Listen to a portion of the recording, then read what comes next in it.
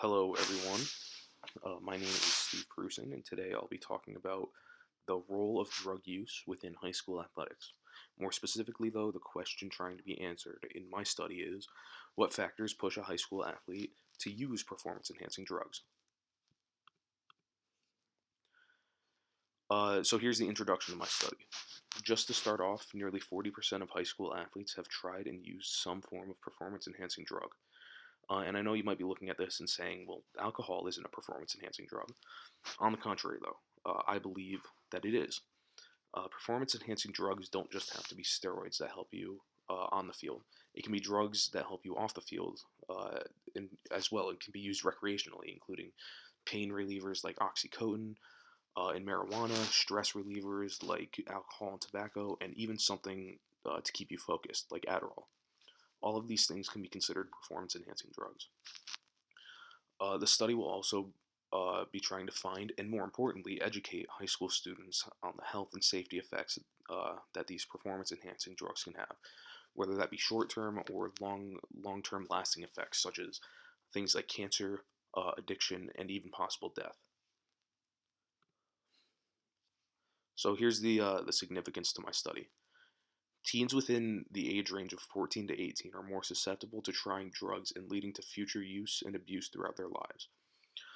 Addiction starting at an early age, like your teenage years, can be almost impossible to break if it's not nipped in the butt early. If the addiction were to last, it can become part of the user's routine and can lead to major and serious health issues. It can be considered common sense that drinking and smoking are possible ways to lead to an early death, but to a high school student, it can be looked at as a way to have fun, relieve stress from school and sports, and to recuperate easier to make them more physically and mentally ready for their next competition. Athletes may feel more pressured from their sport or from an outside source that may push them into drug use.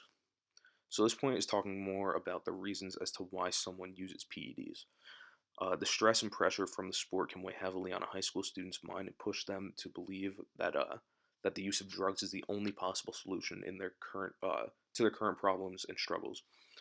Along with that, outside sources such as a family member, friends, or even a coach can be factors as to why the average high school athlete would use performance enhancing drugs. These people may not be directly telling them to use drugs to perform better, but may indirectly be doing it by adding even more stress onto the student athlete. And just to reiterate, student athletes are just that. They're student athletes. Athlete coming second, student coming first. It's not safe or healthy for a student athlete to feel such pressure from a sport to push them into drug use. Addiction at an early age can lead to untreatable future health issues. So, this is just to further the point that addiction is very real and a very serious possibility for these athletes, especially if the family of the student has a history of drug use. Drugs and some substances are banned from competition, adding a further ethical and moral dilemma. This is an extremely important reason as to why this study is significant.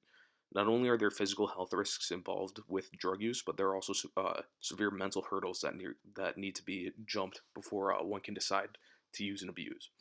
We're all taught at a young age that cheating is wrong, and it's cemented in our mind. But there are plenty of ways to cheat that can be considered morally and ethically wrong. But the use of drugs to gain an advantage has to be close to the top of the list. So now we're going to take a look at the literature review. The first journal I read was from Naylor Gardner and Zykowski from 2001, titled Drug Use Patterns Among High School Athletes and Non-Athletes." The purpose of this journal was to see if there was a difference between athletes and non-athletes when it came to drug use.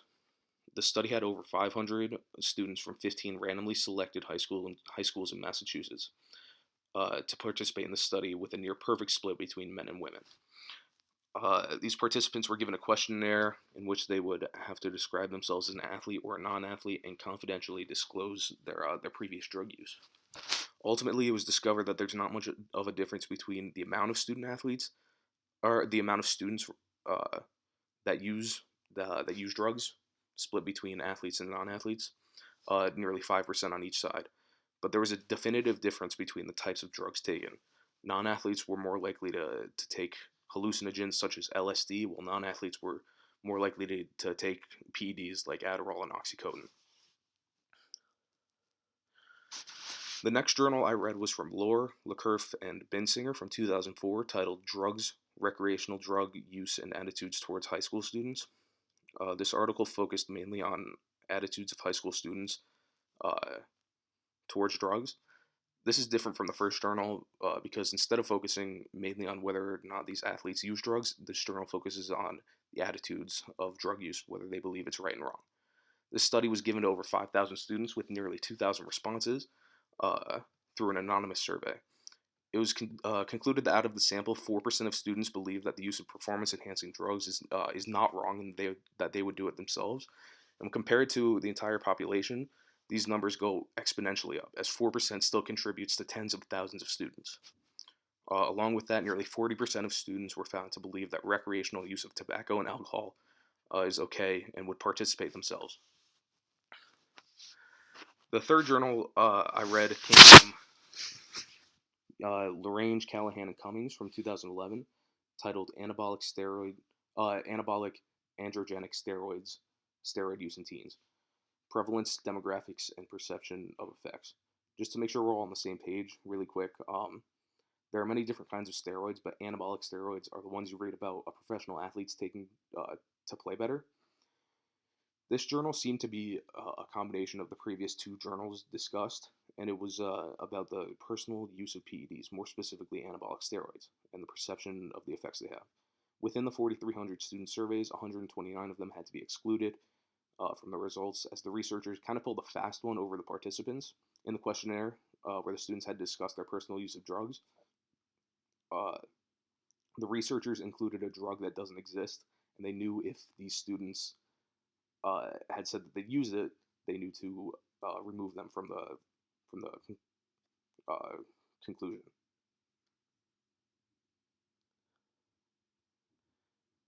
From this questionnaire, the researchers concluded that most students did not know the true effect of steroids and correlated it to looking and feeling better, when in reality it can have the exact opposite effect. Along with that, it was concluded that males are more likely to use substances for an advantage compared to females. So now on to the methodology. This was a bit more difficult due to the current situation that we're all in, and I wasn't able to get the amount of people I wanted to take the survey, so I'll be talking about what I would do to get these results. I would survey former high school athletes ranging in ages 19 to 25 through an online questionnaire in hopes to find variables that lead a person to use PEDs.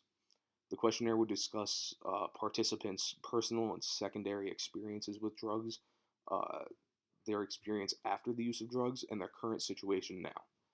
This would help us understand how addiction plays a role in high school athletic drug use, as well as give us insight on what led up to their use, as well as the effects it had on them while on these drugs. The data would be collected and analyzed through statistics and graphs to determine the variables that lead an athlete to use into drug use. And here's my works cited. Thank you.